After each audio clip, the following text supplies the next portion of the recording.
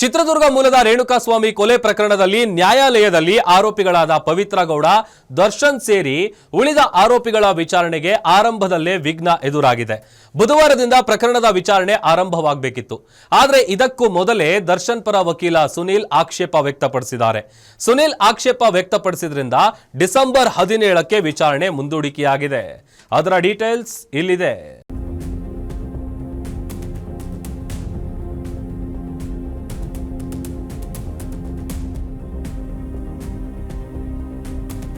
June 9, 2024 ಬೆಂಗಳೂರಿನ ಸುಮನಹಳ್ಳಿ ಬಳಿಯ ರಾಜಕಾಲುವೆ ಪಕ್ಕದಲ್ಲಿ ಒಂದು ಅಪರಿಚಿತ ಮೃತದೇಹ ಪತ್ತೆಯಾಗಿತ್ತು.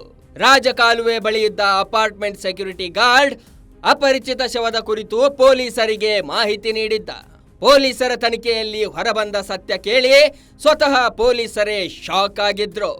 ಅಪರಿಚಿತ ವ್ಯಕ್ತಿ ಬೇರಾರೂ ಅಲ್ಲ, ಚಿತ್ರದುರ್ಗ ಮೂಲದ ರೇಣುಕಾಸ್ವಾಮಿ ಅನ್ನೋದು ಗೊತ್ತಾಗಿತ್ತು.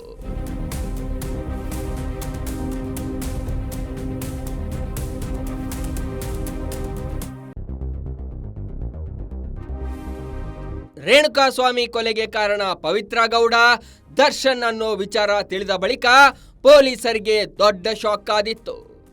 ಬಳಿಕ ಈ ಕೇಸ್ನಲ್ಲಿ ದರ್ಶನ್ ಜೈಲುವಾಸ ಅನುಭವಿಸಿದ್ದ. ಕೊನೆಗೆ ಹೈಕೋರ್ಟ್ನಲ್ಲಿ ಬೇಲ್ ಪಡೆಯುವಲ್ಲಿ ಯಶಸ್ವಿಯಾಗಿದ್ದ. ಆದರೆ ಸುಪ್ರೀಂ ಕೋರ್ಟ್ ಬೇಲ್ ರದ್ದು ಮಾಡಿತ್ತು. 2ನೇ ಬಾರಿ ಬಂಧನಕ್ಕೆ ಒಳಗಾಗಿರೋ ದರ್ಶನ್ ಮತ್ತು ಇತರ ಆರೋಪಿಗಳ ವಿರುದ್ಧ ಬುಧವಾರ ನ್ಯಾಯಾಲಯದಲ್ಲಿ ವಿಚಾರಣೆ ಆರಂಭವಾಗಬೇಕಿತ್ತು.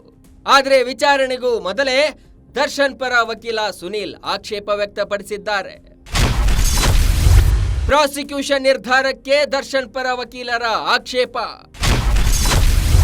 ತಮಗೂ ಮೊದಲೇ ಮಾಹಿತಿ ನೀಡಬೇಕು ಎಂದ ವಕೀಲ.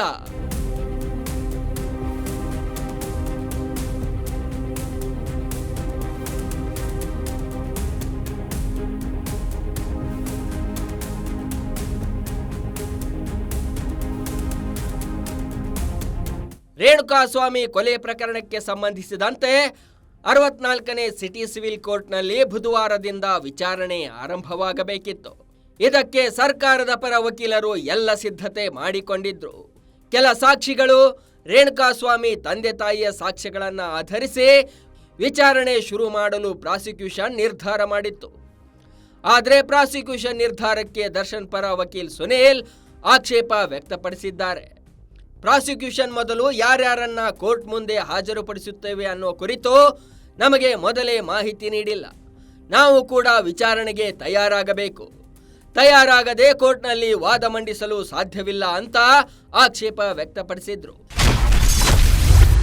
ಸಾಕ್ಷಿಗಳಿಗೆ ಸಮನ್ಸ್ ನೀಡುವ ಕುರಿತು ಗುರುವಾರ ತೀರ್ಪು. ಡಿಸೆಂಬರ್ 17ಕ್ಕೆ ಕೊಲೆ ಪ್ರಕರಣದ ವಿಚಾರಣೆ ಮುಂದೂಡಿಕೆ.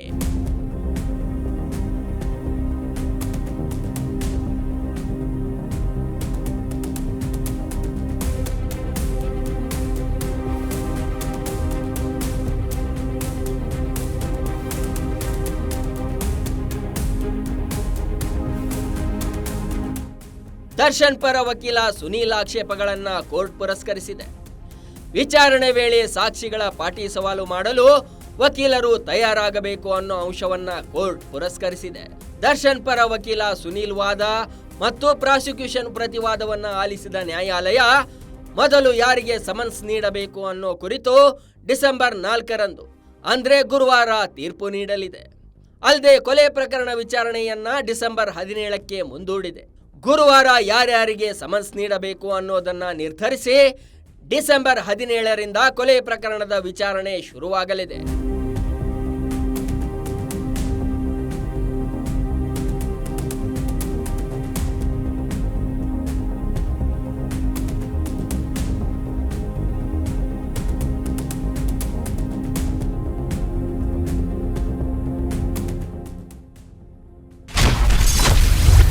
ಚಿತ್ರದುರ್ಗ ಜೈಲಿಗೆ ವರ್ಗಾಯಿಸಲು ಆರೋಪಿಗಳ ಮನವಿ.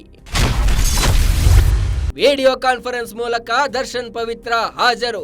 ರೇಣುಕಾಸ್ವಾಮಿ ಕೊಲೆ ಪ್ರಕರಣದ ಆರೋಪಿಗಳಲ್ಲಿ ಜಗದೀಶ್ ಮತ್ತು ಅನುಕುಮಾರ್ ಕೂಡ ಸೇರಿದ್ದಾರೆ. ಇವರಿಬ್ಬರು ಚಿತ್ರದುರ್ಗದವರಾಗಿದ್ದಾರೆ. ರೇಣುಕಾಸ್ವಾಮಿಯನ್ನು ಪುಸಲಾಯಿಸಿ ಕಿಡ್ನಾಪ್ ಮಾಡೋದ್ರಲ್ಲಿ ಇವರ ಪಾತ್ರ ಪ್ರಮುಖವಾಗಿದೆ. ಕೊಲೆ ಪ್ರಕರಣ ಬೆಳಕಿಗೆ ಬಂದ ದಿನದಿಂದಲೂ ಇಬ್ಬರು ಜೈಲಿನಲ್ಲೇ ಇದ್ದಾರೆ. ಇಬ್ಬರನ್ನು ಬೆಂಗಳೂರಿನ ಪರಪ್ಪನ ಅಗ್ರಹಾರ ಜೈಲಿನಲ್ಲಿ ಇರಿಸಲಾಗಿದೆ. ಆದರೆ ತಮ್ಮನ್ನ ಪರಪ್ಪನ ಅಗ್ರಹಾರ ಜೈಲಿನಲ್ಲಿ ಇರಿಸೋದ್ರಿಂದ ನಮ್ಮ ಕುಟುಂಬಸ್ಥರು ನೋಡಲು ಬರಲು ಕಷ್ಟವಾಗ್ತಿದೆ. ಮನೆಯಲ್ಲಿ ಬಡತನವಿದೆ. ಹೀಗಾಗಿ ಕುಟುಂಬಸ್ಥರು ಬರೋಕೆ ಆಗ್ತಿಲ್ಲ ಅಂತ ಜಗದೀಶ್ ಮನವಿ ಮಾಡಿದ್ರೆ, ನನ್ನ ತಾಯಿಗೆ ಅನಾರೋಗ್ಯವಿದೆ, ಹೀಗಾಗಿ ನನ್ನನ್ನ ಚಿತ್ರದುರ್ಗ ಜೈಲಿಗೆ ವರ್ಗಾಯಿಸಿ ಅಂತ ಅನುಕುಮಾರ್ ಮನವಿ ಮಾಡಿದ್ದ.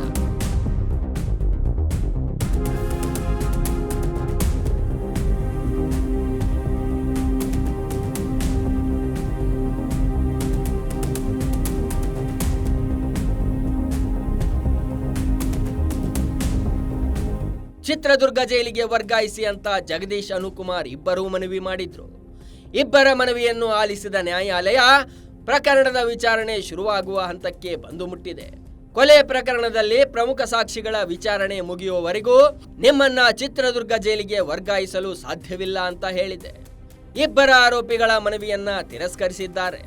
ಇನ್ನು ಬುಧವಾರ ನಡೆದ ವಿಚಾರಣೆಗೆ ವಿಡಿಯೋ ಕಾನ್ಫರೆನ್ಸ್ ಮೂಲಕ ದರ್ಶನ್, ಪವಿತ್ರ ಗೌಡ ಮತ್ತು ಉಳಿದ ಆರೋಪಿಗಳು ಹಾಜರಾಗಿದ್ರು. ದರ್ಶನ್ ನನ್ನ ಕೋರ್ಟ್ಗೆ ಕರೆತರೋದ್ರಿಂದ ಇತರರಿಗೆ ತೊಂದರೆ ಆಗುತ್ತೆ ಅಂತ ಈ ನಿರ್ಧಾರ ಮಾಡಲಾಗಿದೆ. ನಮಗೆ ಟಿವಿ ನೋಡಲು ಅವಕಾಶ ಕೊಡಿ ಎಂದು ಮನವಿ.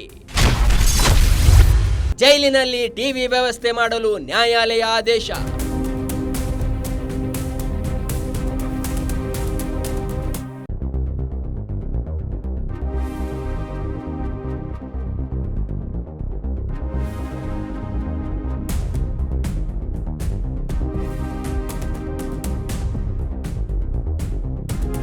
ವಿಡಿಯೋ ಕಾನ್ಫರೆನ್ಸ್ ಮೂಲಕ ನ್ಯಾಯಾಲಯಕ್ಕೆ ಆರೋಪಿಗಳು ಹಾಜರಾಗಿದ್ರು. ಈ ವೇಳೆ ಜೈಲಿನಲ್ಲಿ ಆರೋಪಿಗಳನ್ನ ಹೇಗೆ ನಡೆಸಿಕೊಳ್ತಿದ್ದಾರೆ ಅಂತ ನ್ಯಾಯಾಧೀಶರು ಪ್ರಶ್ನಿಸಿದ್ರು. ಅಲ್ಲದೆ ನಿಮ್ಮದು ಏನಾದರೂ ಬೇಡಿಕೆಗಳಿವೆಯಾ ಅಂತ ಕೇಳಿದ್ರು.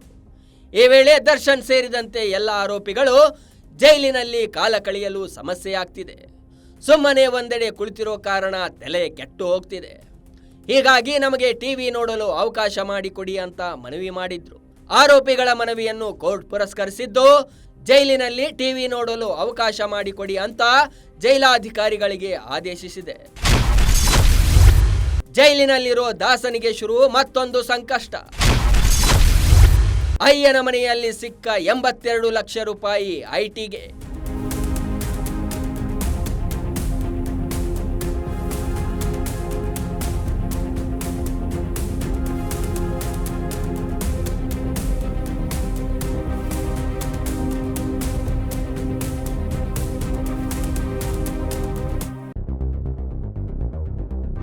ರೇಣುಕಾಸ್ವಾಮಿ ಕೊಲೆ ಪ್ರಕರಣದಲ್ಲಿ ದರ್ಶನ್ ಬಂಧನವಾದ ಬಳಿಕ ದರ್ಶನ್ ಮನೆ ಮೇಲೆ ಪೊಲೀಸರು ದಾಳಿ ನಡೆಸಿದ್ರು.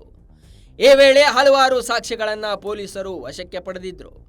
ಇದೇ ರೀತಿ ದರ್ಶನ್ ಮೇಲೆ ದಾಳಿ ನಡೆದಾಗ ದಾಖಲೆಗಳು ಇಲ್ಲದ ಸುಮಾರು 82 ಲಕ್ಷ ರೂಪಾಯಿಯನ್ನ ಪೊಲೀಸರು ವಶಪಡಿಸಿಕೊಂಡಿದ್ರು. ದರ್ಶನ್ ಮನೆಯಲ್ಲಿ ಸಿಕ್ಕ ಹಣದ ಕುರಿತು ತನಿಖಾ ತಂಡ ವಿಚಾರಣೆ ನಡೆಸಿತ್ತು. ಆದರೆ ಹಣದ ಮೂಲ, ಹಣ ಹೇಗೆ ಬಂತು ಅನ್ನೋ ಕುರಿತು ಸರಿಯಾಗಿ ಮಾಹಿತಿ ನೀಡಿರಲಿಲ್ಲ. ಹೀಗಾಗಿ ದರ್ಶನ್ ಮನೆಯಲ್ಲಿ ವಶಪಡಿಸಿಕೊಂಡಿದ್ದ ದಾಖಲೆ ಇಲ್ಲದ ಹಣವನ್ನ ಆದಾಯ ತೆರಿಗೆ ಇಲಾಖೆ ವಶಕ್ಕೆ ನೀಡಲು ಕೋರ್ಟ್ ಆದೇಶ ಹೊರಡಿಸಿದೆ. ರೇಣುಕಾಸ್ವಾಮಿ ಕೊಲೆ ಪ್ರಕರಣದ ವಿಚಾರಣೆ ನಡೆಸುತ್ತಿದ್ದ ತನಿಖಾ ತಂಡ ದರ್ಶನ್ ಮನೆಯಲ್ಲಿ ವಶಪಡಿಸಿಕೊಂಡಿದ್ದ ಹಣವನ್ನ ಕೋರ್ಟ್ ಆದೇಶದಂತೆ ಆ ಹಣವನ್ನ ಆದಾಯ ತೆರಿಗೆ ಇಲಾಖೆ ವಶಕ್ಕೆ ಒಪ್ಪಿಸಲಿದೆ.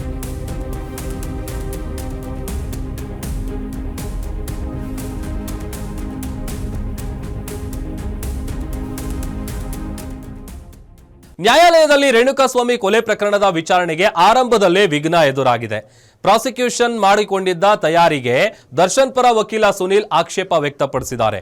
ಹೀಗಾಗಿ ಪ್ರಾಸಿಕ್ಯೂಷನ್ ಮಾಡಿಕೊಂಡಿದ್ದ ತಯಾರಿಯಂತೆ ಯಾರಿಗೆ ಸಮನ್ಸ್ ನೀಡಬೇಕು ಅನ್ನೋದು ಗುರುವಾರ ತೀರ್ಮಾನ ಆಗಲಿದೆ. ಇದಾದ ಬಳಿಕ ಡಿಸೆಂಬರ್ 12ರಿಂದ ವಿಚಾರಣೆ ಮುಂದುವರಿಯಲಿದೆ. ಇದಾಗಿತ್ತು ಈ ಹೊತ್ತಿನ ವಿಶೇಷ. ನೋಡ್ತಾರಿ ಗ್ಯಾರಂಟಿ ನ್ಯೂಸ್, ಸುದ್ದಿ ಖಚಿತ, ನ್ಯಾಯ ನಿಶ್ಚಿತ.